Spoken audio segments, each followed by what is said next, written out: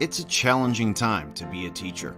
We don't get paid a lot, the days can be long and exhausting, demands from students, parents, admins, and districts can be intense. There's always room for improvement and there is always more to do. There are always new procedures to learn, new programs to run, new strategies to master. But it's when our fire burns the lowest that we remember our purpose. We teach because we're resilient. We teach because we're problem solvers. We teach because investing in kids is one of the highest callings we can imagine. We teach because we know that the classroom can be a place of magic and possibility. We teach because we have an unquenchable fire for learning and a passion to share it. We teach because our colleagues are some of the best human beings we will ever meet. We teach because we have an opportunity to influence the global citizens that will make this world a better place. If you're still on fire for learning and growth, join the Teachers on Fire Roundtable for conversations that will warm your heart, spark your thinking, and ignite your practice. You'll hear from real people and real educators with real solutions, not make-believe perfection, but ideas, inspiration, and a path toward change and transformation in K-12 education today. My name is Tim Cavey. I'm an 8th grade teacher, assistant principal, and the host of the Teachers on Fire podcast. I'm inviting you to join us at the Teachers on Fire Roundtable. Because you matter, your voice is important, and we are all better together.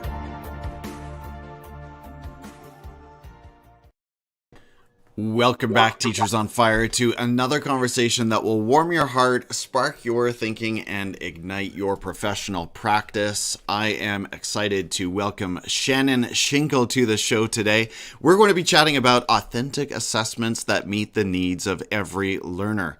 But first of all, thank you for joining us. If you are here in the live audience this morning, if you're here in the chat, please take a moment to say hello. Let us know where you are joining from and let us know something about your experience with assessment. Are you learning more about assessment this year? Are you reading about it? Are you thinking about it? How does it interact with your practice? All right, Shannon, thank you again so much for joining me on the show today. I'm excited to dig into some juicy topics, shall we say. But first of all, would you introduce yourself? Tell the audience a little bit about your context in education.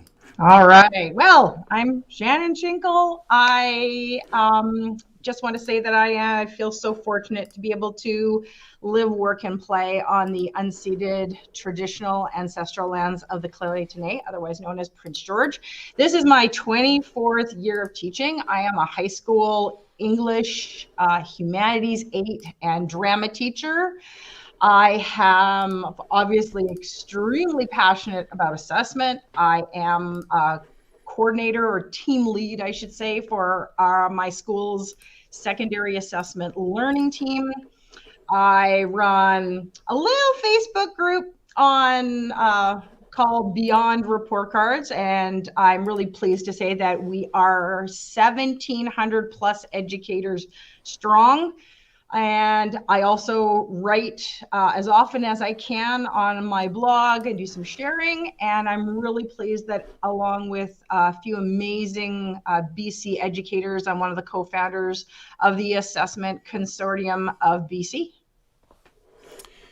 Fantastic. Well, you are involved in a lot of spaces and places, and you stay very active. I am so impressed, Shannon, by everything you contribute to the education conversation, and we're going to talk more about some of those spaces as we go on here. First of all, hello to Maureen. I put up her message here a moment ago. Yeah, we see her a lot on Twitter. She's my buddy. Very fun to have you here with us this morning, Maureen. She says, excited to keep on learning as I keep the revolution going in my senior humanities classrooms. Tim Belmont is showing up from New Jersey. Great to have you here this morning, Tim. And Maureen says, going sometimes it is a gong show, though. That is true, and that's part of learning. I was reading about that from Peter Liljedahl yesterday, that it can be messy, and that's how it goes in these spaces. So, Shannon, for those meeting you for the first time, and they just heard this impressive resume and everything you're involved in, this Facebook group, these assessment teams, and so forth. Can you describe your journey, the transformation you've seen? How did it start, and what lights your fire? Okay. So I think this in the beginning was, so this is my 24th year of teaching. This is my 11th year at my current school. And at the school that I was at for 5 years prior to that, I was part of a secondary assessment learning team. And I think that's when the fire was lit for assessment. Now, contextually for me, when I take a workshop or I learn about something that's backed with solid evidence and research, I embrace it. Like I'm the type that I just want to jump right in. So as part of that secondary assessment learning team, we went to a big assessment conference in Victoria where, the start of my assessment journey with things like, taking, not having zeros in the grade book, going with what the power of feedback is, how we shouldn't offer, late marks and that kind of thing. So those were the first steps really for me. Early in my career, a lot of my friends don't realize this, but I actually started in special needs. Actually, my very first continuing contract was working with special needs students. And I did that off and on for about 3 or 4 years. And that was, I think, one of the most significant opportunities. Like, I wasn't trained as a special needs educator, but I was able to see what it was like to have a group of students with varied needs, incredibly diverse. And I got to see what it's like to see individual goal setting in action for those students and have them achieve those goals. At the same time, then I jumped into teaching a lot of drama. And again, I actually wasn't trained to become a drama teacher. Drama just kind of fell in my lap. I was, doing a lot of stuff with local theater, and I loved drama, of course, when I was in high school. And one of the things I noticed in the drama classroom is that as an elective that most students take because they want to, they really didn't care about grades. They were incredibly, they found feedback actually more significant. They never asked what their mark was. So when I came to this building that I'm in now, again, this is my 11th year, I was starting to think about, okay, what I've done with the special needs students, my experience now with those students, what I have as experience now with drama students, the fact that as an elective, I'm also getting, it's a melting pot of a variety of different learners in that classroom. How can I bring that now into the academics? So for about the last 10 years, I have been reading everything that I can and trying and applying, figuring out how can I bring those same kind of cultures into an academic classroom. So I am a standards-based grader. I have a feedback for learning approach. And fundamentally, my philosophy is, for individual students, this is where you're at, and what do I need to do as an educator to get you to the next level? So good. And that context is really helpful. You and I have chatted before. And in fact, I forgot to mention, Shannon made an appearance on episode 148 of the Teachers on Fire podcast before the YouTube channel was a thing. And we've chatted before. You can dig into those conversations if you like where this conversation is going. But Shannon, just hearing that context and that journey again gives me so much appreciation for your knowledge and expertise, because you're coming from, you mentioned special needs and supporting students in those spaces, obviously the drama teaching and other spaces as well. So you've got a very holistic, very universal picture, I think, of assessment.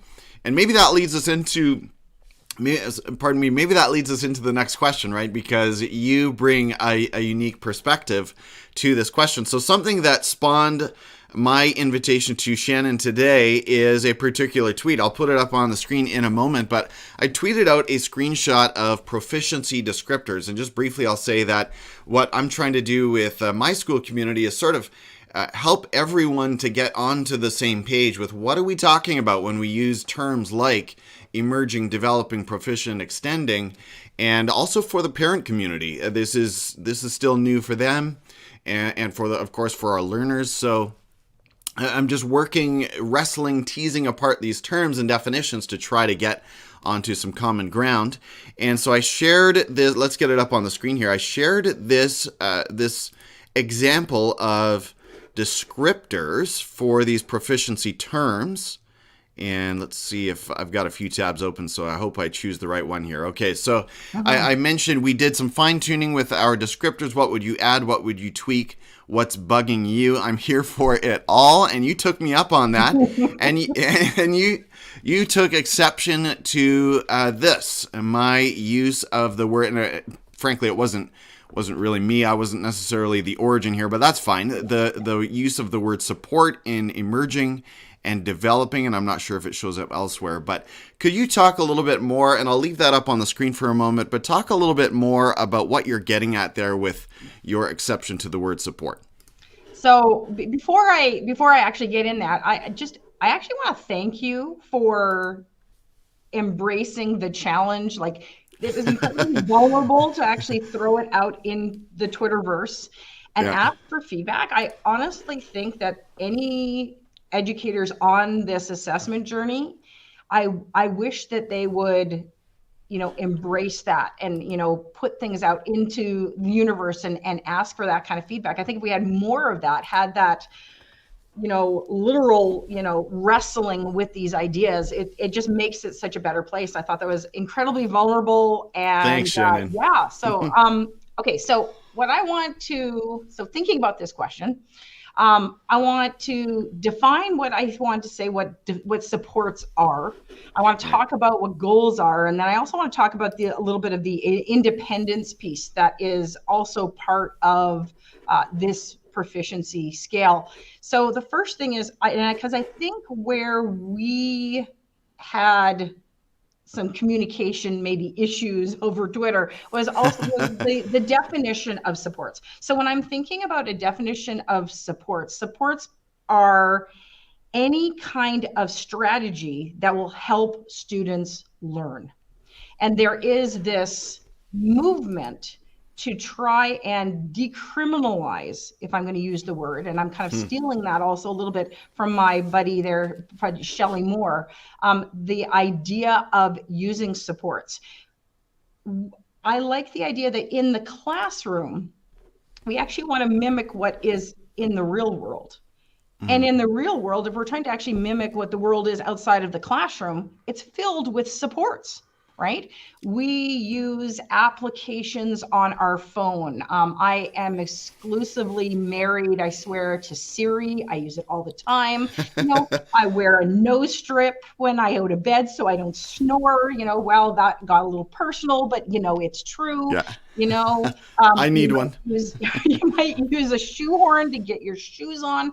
I just think our world is filled with supports. So I think we have to be really aware. So if we go with the definition of supports of being any kind of tools and strategies that we can implement in the classroom to support learners to learn, then, we can, make it not such I think where my concern is that if supports is there early in the proficiency scale, that could actually send the message to students that, if I need a support, if I need help, that means I'm not quite good enough. We could get into, traditionally, where did, is it something, is it sending a traditional kind of colonial message that, kids have to sit on their own, be able to do something just completely independently? Is it going to send the message to teachers that means that the only way a student's going to be able to show their learning is, via a test or via a seat work where they're not, allowed to, discuss and talk with the people around them? So if we think about supports and universally design for supports, we are thinking about the entire culture of the classroom. What is it that every student could access? What is it that maybe some students could access? What is it that a few students could access that actually would support them on their learning? So let's figure out what students need. And then let's not just supply those supports for the students who are struggling. Let's teach the entire class how to actually utilize all of these supports so that they can actually access them and for learning to occur. We think about, look at we have these core competencies, right?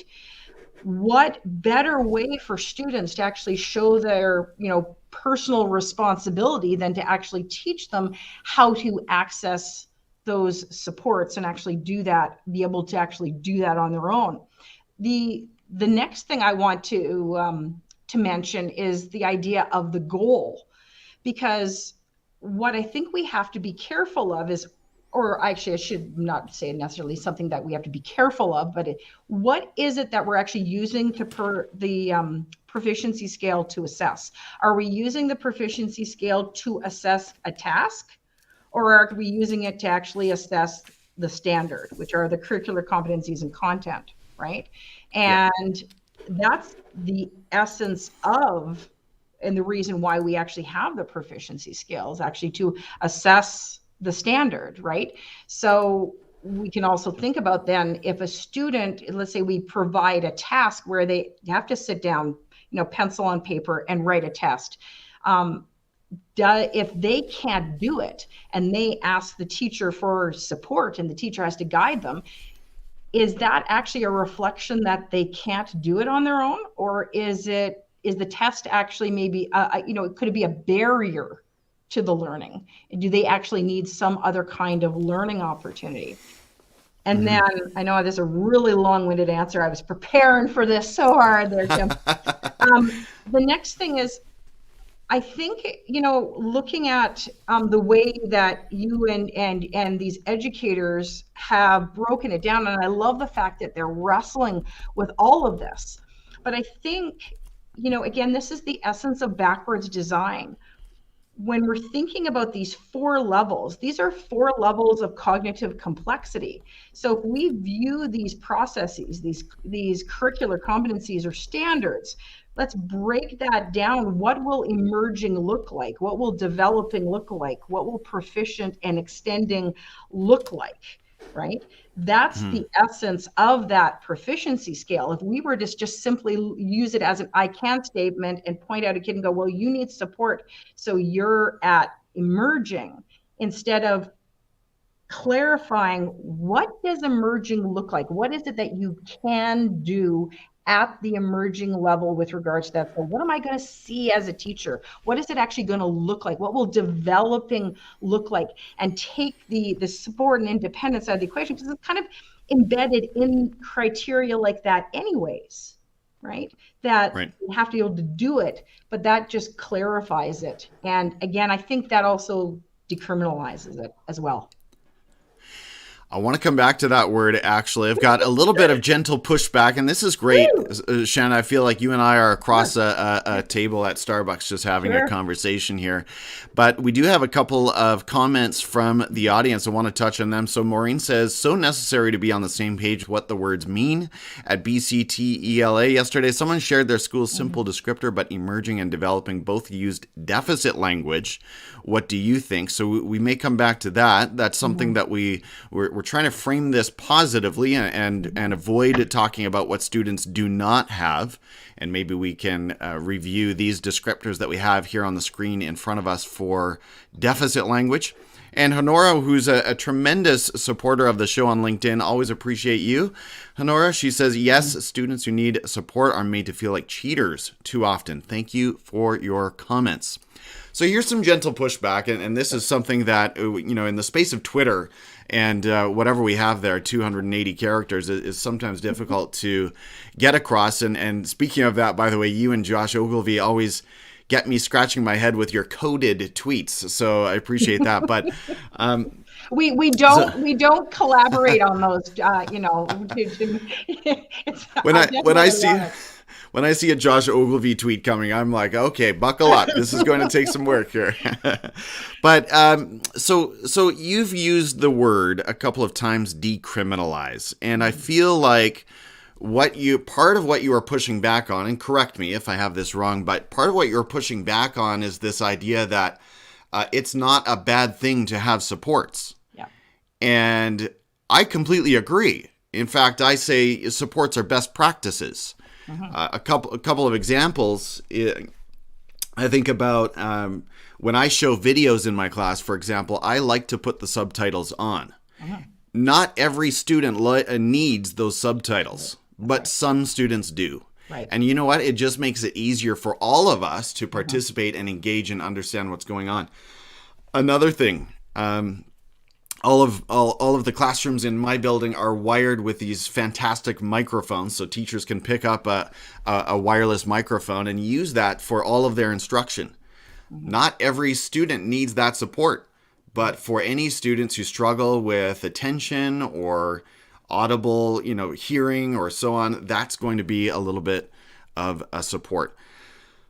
So I look at this and I think about, as you said, putting the focus not on the task, but on the curricular competency. And if our learning target is framed accurately, I guess my question is, what's wrong with, why should any student feel bad?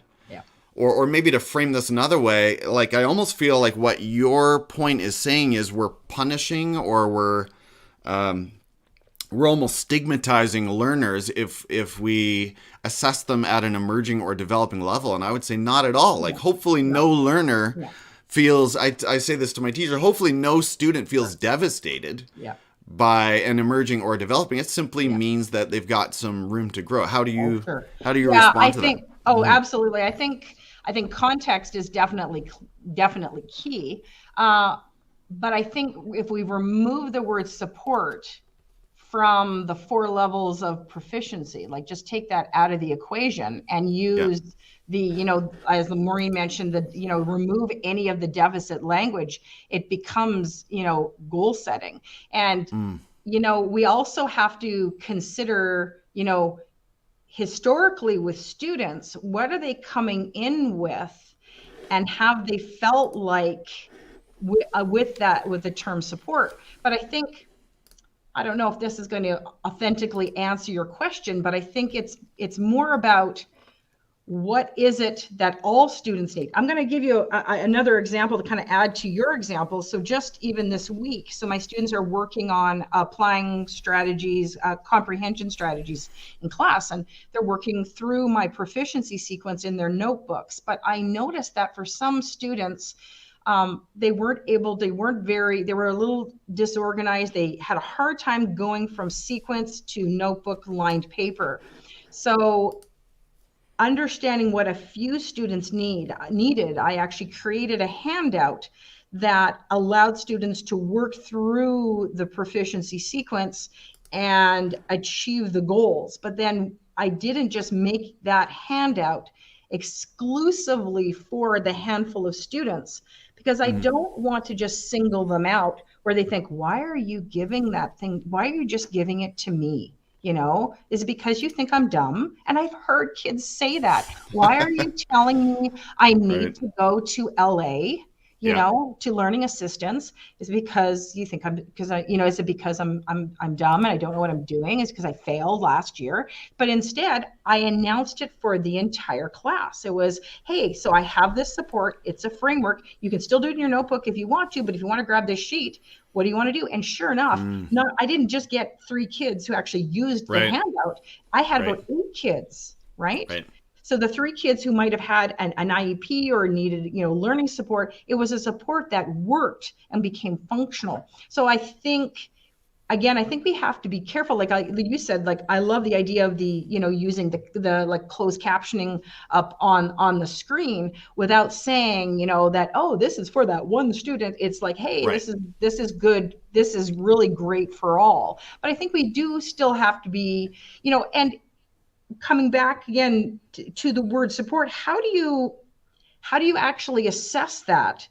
To what extent do they require support, someone alongside of them? If they're creating an assignment and their hand goes up and they need a little bit of help with a couple of questions, is that requiring support, or did I just not word the question correctly? Is that support? We could go back and forth on this where, at what point in time is it them doing it? So instead of having the word support in there, just define using, strength-based language. This is what, emerging looks like, developing looks like, proficient looks like, instead of saying, if you need support, you're at emerging, right? So I think we just have to, it's a bit of a dance, right? Like it's a balancing act for sure.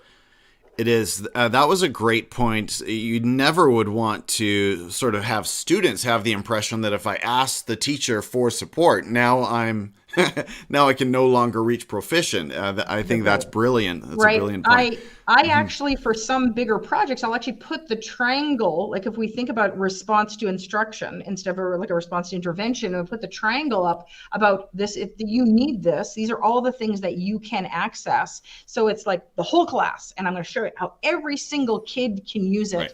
And it's not just for Johnny in the corner who has an EA, it's for everybody, right? So. Yeah, brilliant. Couple of great comments here. Honora Wall says, students with learning disabilities need support systems the same way I need glasses, but that doesn't mean they are emerging conceptually. Excellent point. Thank you so much, Honora. And Minsa, great to see you. She says, teachers who provide support are made to feel like enablers. Oh, yes.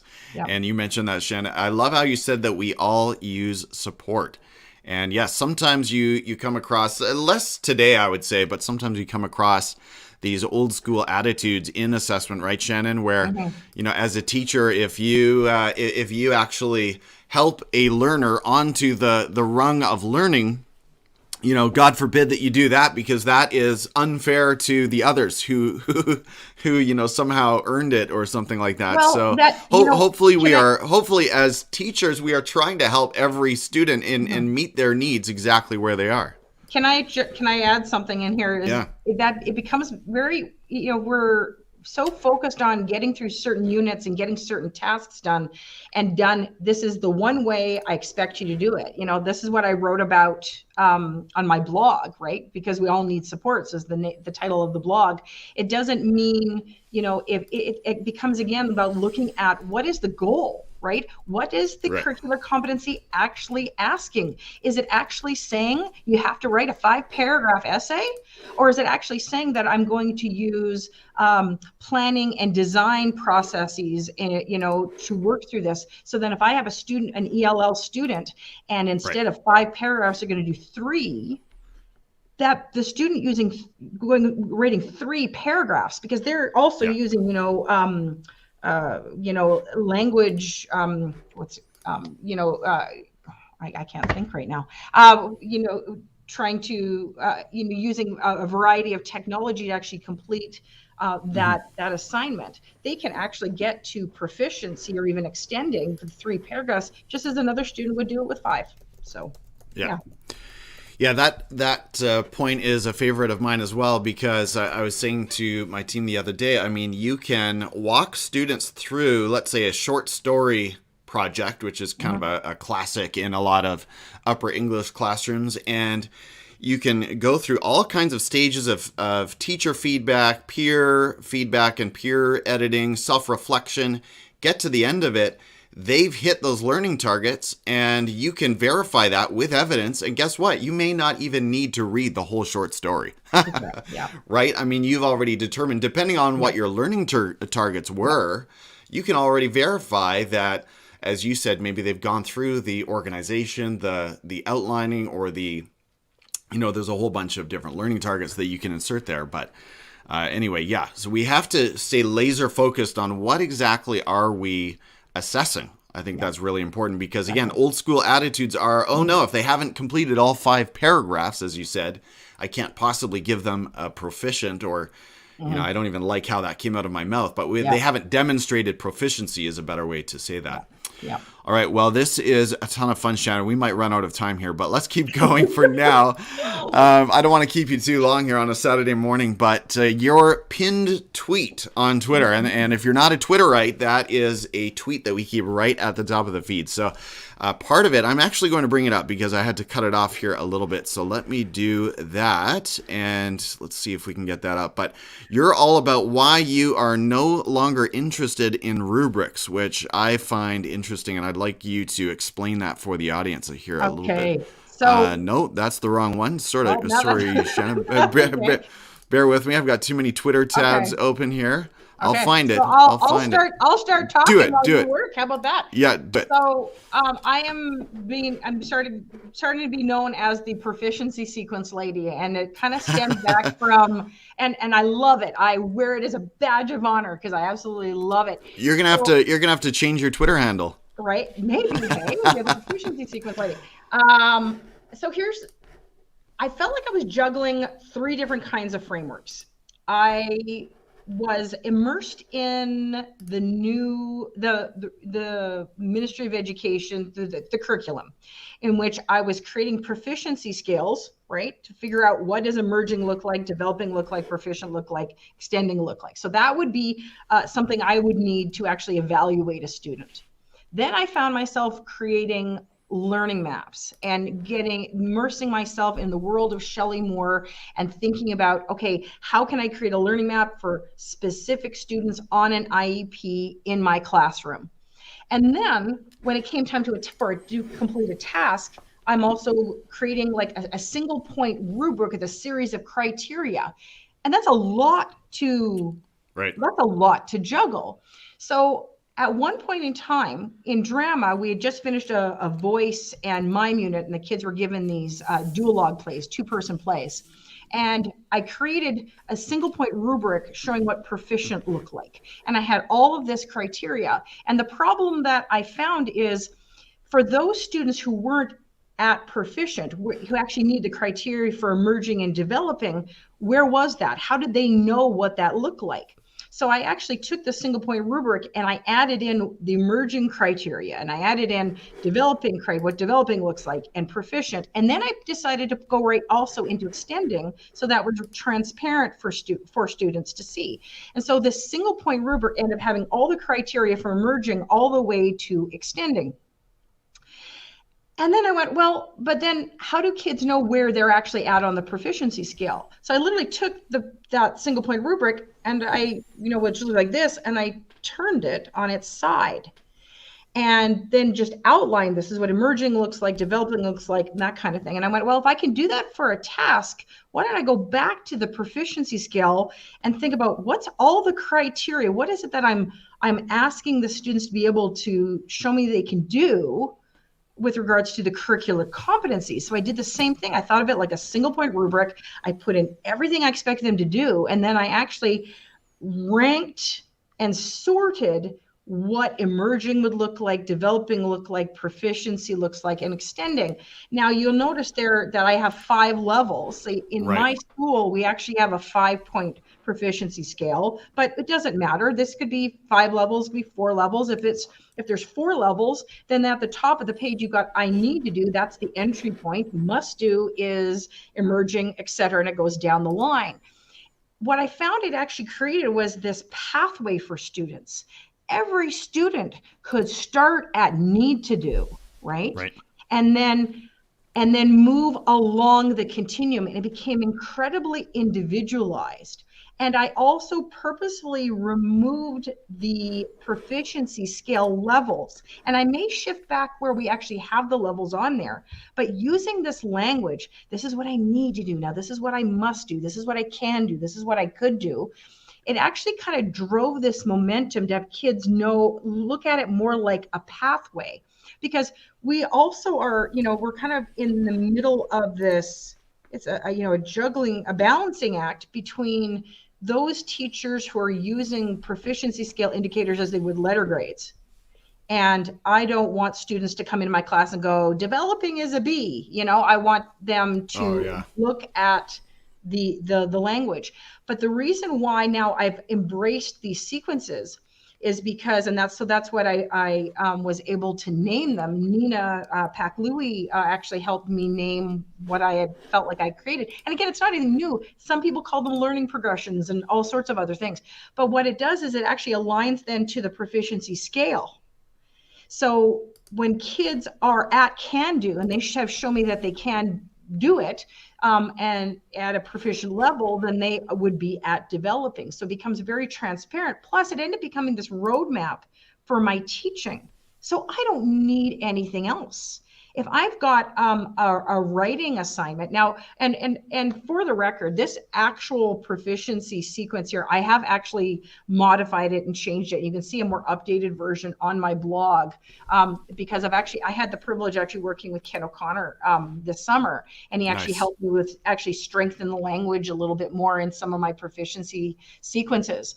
But it became this roadmap now. If I purposefully teach each level on the sequence, then every kid has got this opportunity to actually get to extending. Extending is now not just this foreign entity that kids only the certain kids can get to.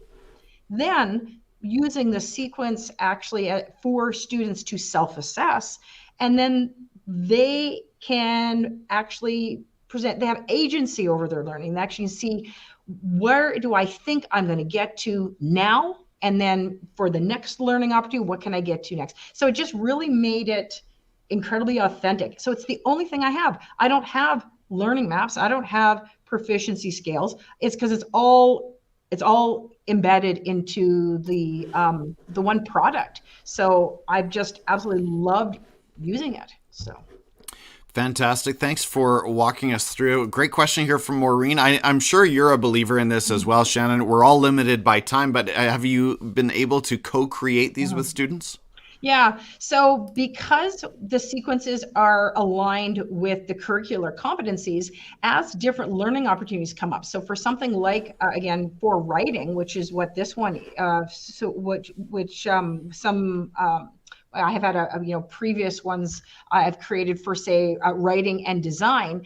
Then with that different learning opportunity, then we can also add in things like the bullet points. So for example, if the writing proficiency sequence was up, what does it mean? What is, I'm trying to think here. What does revising look like for a short story versus what does big sweeping revisions look like for an essay? And I'll get the kids to actually not necessarily co-construct the criteria, which I think would be fabulous and totally could do that, but the bullet points that would align to specific learning opportunities.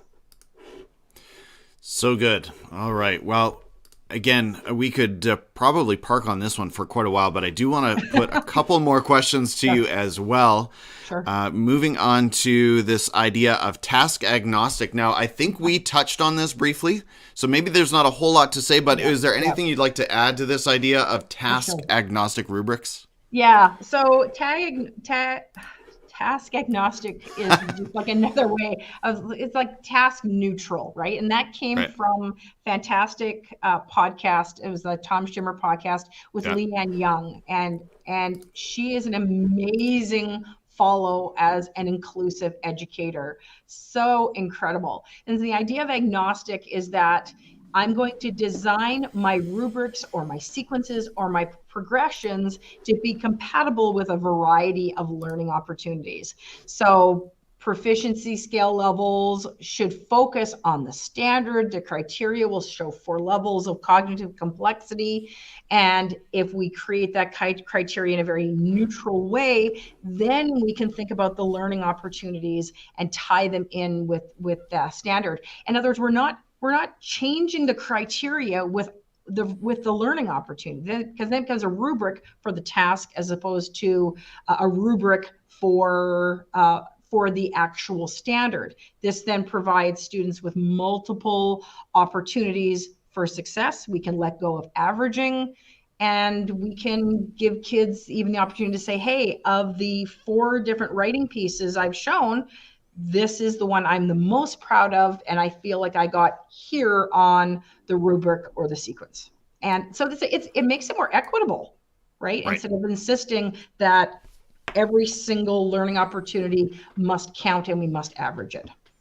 Ugh, gross. Okay. I know, right?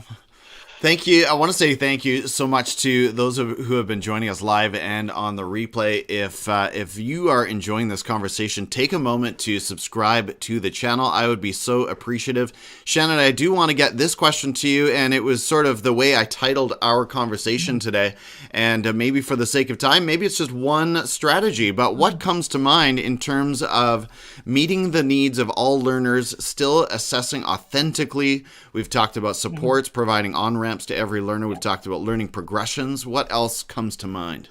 Well, like I said, I think, I can't emphasize enough that if you have the opportunity to try to make a sequence or a learning progression, do that. And it ends up being that, especially with our classrooms becoming quite diverse, having actually students who would normally be segregated in a different room with a resource teacher, working with something like a learning progression or a proficiency sequence gives you this wonderful opportunity then to actually look at the first couple of levels and think those can actually become the replacement goals. If you've got a student in your class who has an intellectual disability, you can actually create replacement goals around that. And I think one of the other key strategies is, so don't think like you have to create a completely different sequence because you have a student who might be learning at, say, a grade 1, 2, 3 level in your grade 8, 9, 10, 11, 12 classroom. Utilize the resource teacher, create that one thing. Again, that could be a whole episode all on its own, just about, the inclusivity of that. But you'll notice that the curricular competencies are also very similar in the lower grades. So if you're actually trying to create a replacement goal for students and have a really inclusive classroom, kids can be actually working on the exact same thing, but you can actually move into earlier curriculum for them at a particular grade level so that they can work alongside their peers. That is really profound what you just said, that a lot of the curricular competencies are almost identical. And I live and work in a middle school world, and that's very true from in the core subjects especially, but whether it's ADST, English, math, a lot of the curricular competencies are the same, even if the content is different. That's right. Well, so the sequences even that I make can be, I'll make a sequence and actually use them from grade 8, 9, and 10, right? This idea that the language has to be completely different from grade to grade.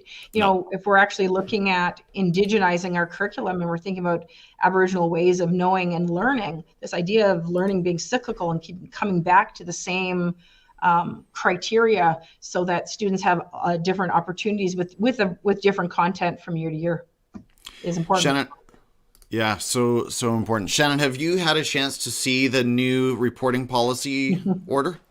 I sure have.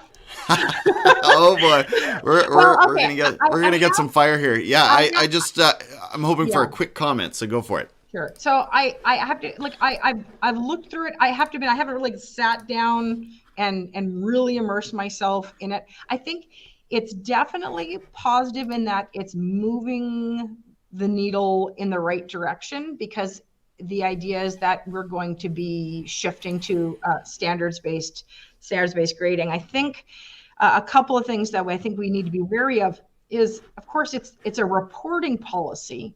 So it's not, so the fact that teachers are going to use this to report out, which shouldn't automatically assume that things are also shifting in the classroom, right? So I think there also needs to be some strategies and support for teachers to actually try to shift their assessment strategies and have it actually aligned with the reporting, because teachers could do it in a very traditional way and have categories in the grade book and numbers all over everything, and then they're told that they only have to just report out.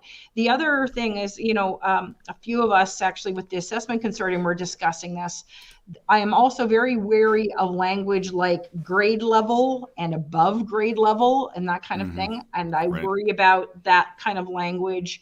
We worry about that kind of language, say at extending, saying extending is going beyond proficient and above grade level. I suppose it could be, but we wouldn't want, I wouldn't want to see teachers fixating on trying to go above grade level, instead looking at sophisticated opportunities for students to get to extending for that curricular competency. So that's just the briefly anyways. There's work to be done. right? There's work to be done. Yeah. That's why they're asking for feedback, even though you don't get very much room to give that feedback.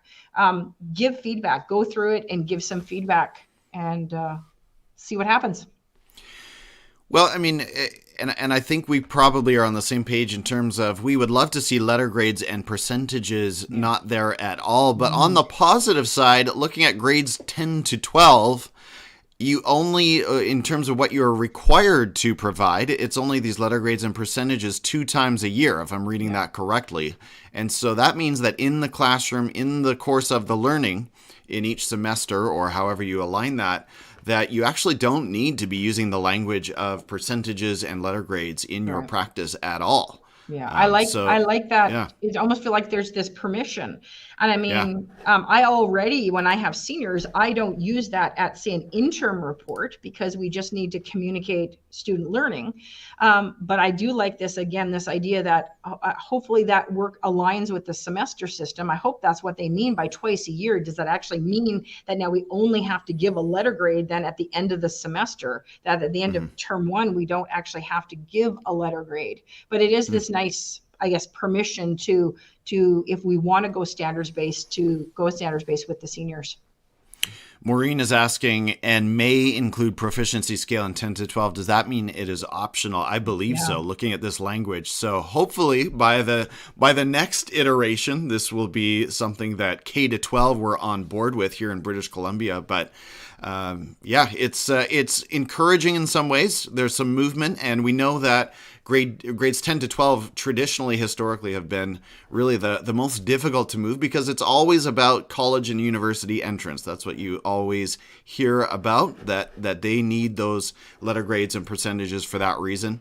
Well, we are starting to wrap up here, Shannon, but give us let us know who is really inspiring you right now. Who are you reading or listening to that is lighting your fire for learning? I know this is so hard to narrow down. Well, I love 8 a.m. on Saturday mornings.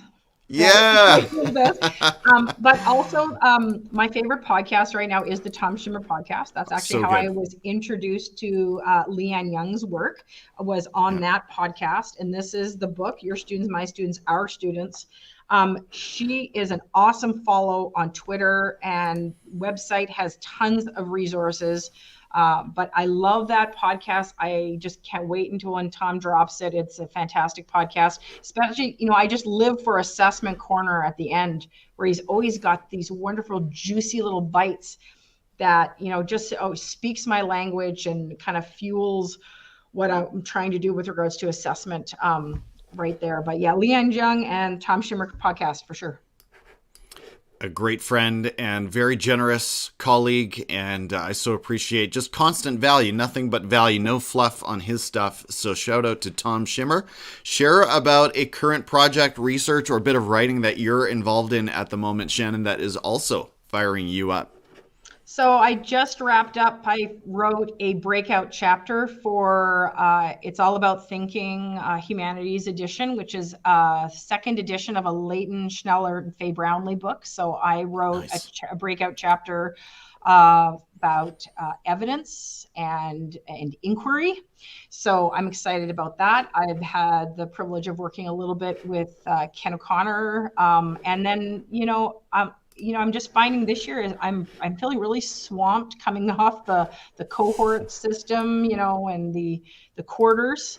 I'm on my 4 where I teach 4 blocks, so I haven't been able to manage some time to try to squeak out a blog, but I'm working on that. I've also been working with a few groups around the province on proficiency sequence building, and every once in a while giving the odd presentation and talking about proficiency scales and the BC curriculum. And next week is quote week on Beyond Report Cards. So anyone who is interested, who uses the BC curriculum, I decided to expand it to, of course, to Yukon and to the world. There are anybody who uses the BC curriculum, join the, there it is. Hey, there it is, my baby.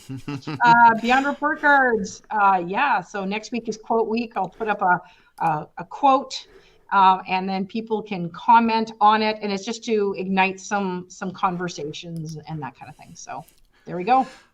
Yeah, well, thank you so much. And that was sort of where I wanted to end, is just how we can connect with you. So obviously join Beyond Report Cards. If you are interested in the assessment conversation, we have a focus. Shannon has a focus here on BC, British Columbia education, but we welcome educators from all over the world. And where else, Shannon? We've got your Twitter handle up on the screen, but in case this conversation does make the podcast, I'm a little behind in that area, but could you say your handle out loud and anywhere else where we can connect with you?